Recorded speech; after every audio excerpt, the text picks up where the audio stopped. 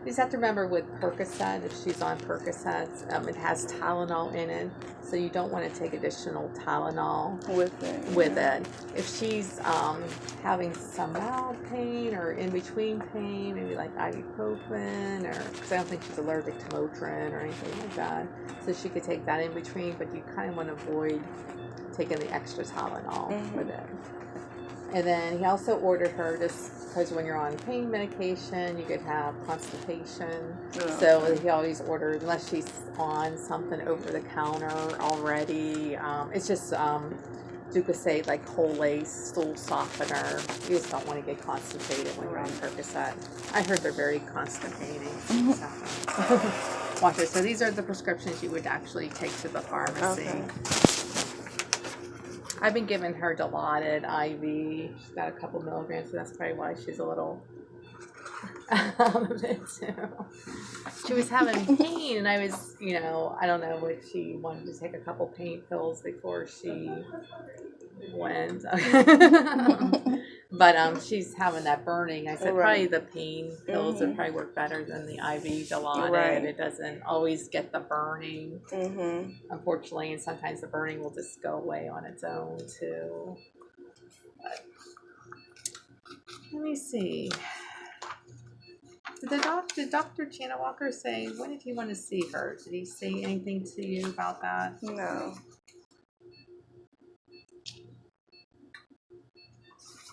For his follow-up appointment? Oh, I see. Can make an appointment to follow up in clinic for approximately 2 weeks from today. So she'll have to call and just make an appointment to see him in 2 weeks. Okay. So, and these are the instructions, and there's a lot of instructions, but they've written everything, so you can always refer this. So her incisions were closed with an absorbable suture. So I don't know if she showed them, but it's like clear. So there's no actual like bandages on her incision, and it goes from like end to end here. It goes all the way across. So it's clear. It's like a surgical glue, and that will fall off on its own. And they said normally it takes, unless he's told you, it takes like a week or so for it to fall off. Just remind her not to pick at it or pull it, because I heard sometimes it's itchy. And you don't want any lotions or powders or anything. Sprays or anything. Huh? Oh no, that's why I'm talking to them. It's okay, and everything's written down. That's what I told her. It's a lot, but everything's written down, so you have stuff to refer. So yeah, and she just might like to check her incision, like if there's any like pussy drainage, if her incisions look like they're open, you know, to call the physician right away and have a look, or obviously if it's off hours, take her to the ER to have a look or something. Something's wrong with her incision, but everything looks good there. But you're always looking for like signs of infection, like no bandages. No bandages. She just has like this clear, like it's like this new clear surgical glue they stick on. So, and that will just like flake off on its own. And she does have an abdominal binder on, which he wants her to wear, because that helps support her stomach. She'll only take that binder off like if she's doing like when she does her hygiene and stuff like that. But otherwise, she'll just keep that on her. And showering, he said you could shower in 48 hours, so 2 days. She could shower. No scrubbing the incisions, and just regular soap and water on that, and just pat it dry. So no scrubbing, just regular soap and water. And no, she shouldn't be taking a bath, like no submerging that incision, like in bath water, no pools, no whirlpools. It's like a sponge bath. Yeah, she'll have to take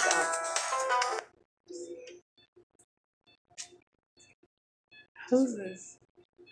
I have to call you back.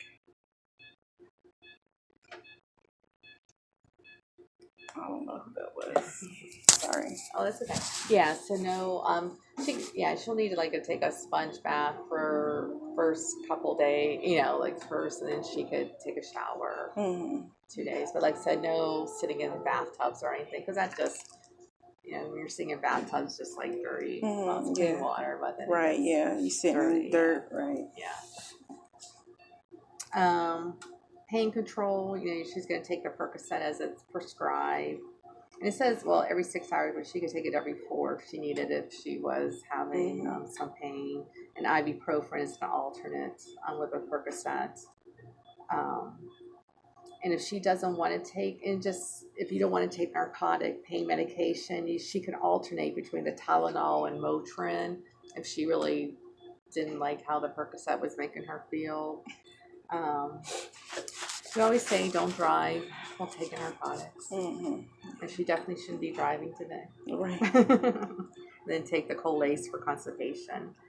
So her home activity, you're going to take your pain medicine as needed. No heavy lifting or straining, nothing strenuous. And he doesn't want her to carry anything heavier than a gallon of milk. So that's normally, gallon of milk is 10 pounds, they say. So nothing more than 10 pounds. Huh? Probably until he sees her, like so in 2 weeks. Yeah, and then he'll tell her to resume, because you're just, you might have open up incisions, like if you're straining and lifting and stuff.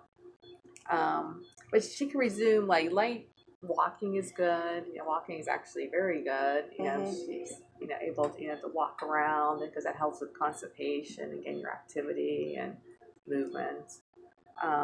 And she could eat. There's no restrictions as far as eating and drinking. We always say eat something light, like for a first meal, then work your way up to your regular diet. Right.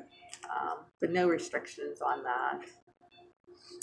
And then her drain care, and I'll explain the drains, because she does have like 2 drains that will have to be empty at least once a day, or if they're filled halfway. And he wants, in the back of here, there's he wants you to mark it down, like how much they're draining, because she'll take this to the doctors. And there's only 2 drains, so obviously you could just cut one out. And we marked it like 1 and 2, so there's that's 1. drain 1, and then that's 2.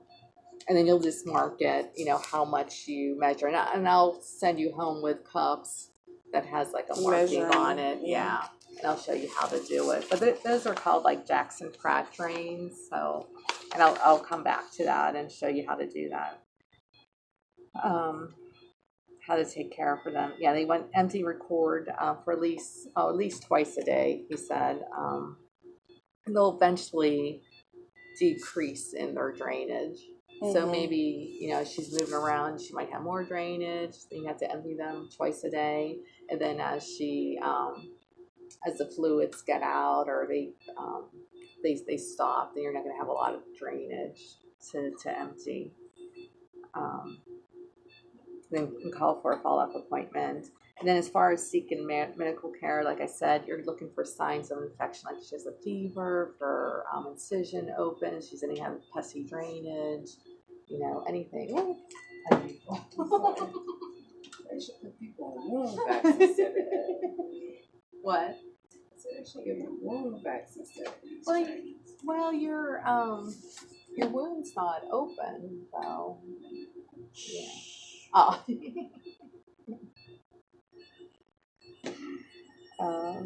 You shouldn't have. Well, you'll have them for a couple weeks, but your drains until you see them. Yeah, if you're looking for like any redness, like any drainage, fever, like I said, you're looking for signs of infection. So as far as her Jackson Pratt tube, it says don't sleep on the same side of the tube. She has bilateral tubes, so I don't know if she's gonna lay on her back. Yeah, on her back. I mean, I'm sure you might have a tendency to roll on one side, but she could lay on her back. I will bring I will pin them to actually her abdominal binder, because you don't want them like just hanging down when because they could pull out or something. So he wants you to empty it twice a day, and especially you're going to empty if it's filling up more, then you're going to empty it more. Mhm. But if it's halfway, at least empty it like morning and night, like before she goes to bed, empty it, and then the morning. Right. And then, like I said, if she's walking around, it could, your Yeah. how your body shifts fluids, she could have more. I think I'll get some more. You what? Some more instructions. Oh, that's okay. And I'll show you actually her bandage and stuff. And rejection prep, I don't think I'll have to look at her bandages as far as what they are, because they said change the dressing around the tube every day, wash your hands. I have to see what kind of bandage that's around her tube. Mhm. And like this, like it's collapsible, like it's collapsible. Okay.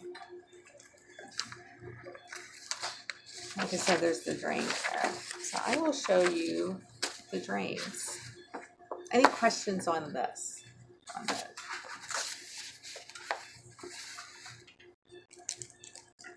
It's okay. I'm gonna show her how to empty the drains and stuff. Do you want to stay in here too, Mark? Do you want to stay in here too? Oh, yeah. Okay.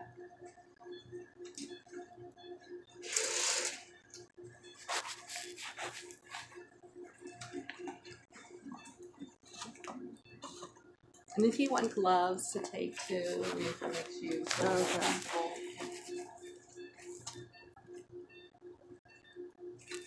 I have to do this for my mom too.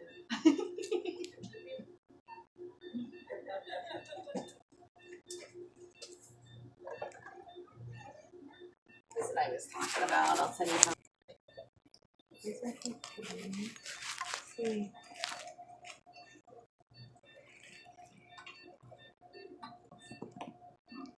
I have to look to see how I want to have you turn just to see what the dressings on your drains look like. They're just clear. So basically, you don't have to change these dressings because those dressings are normally like if it was like a regular 4x4 or something. So this should be waterproof. I'll send you home with some of this in case you have to reinforce it or anything. But you don't have to do anything to these dressings. Okay. Okay. You can lean back.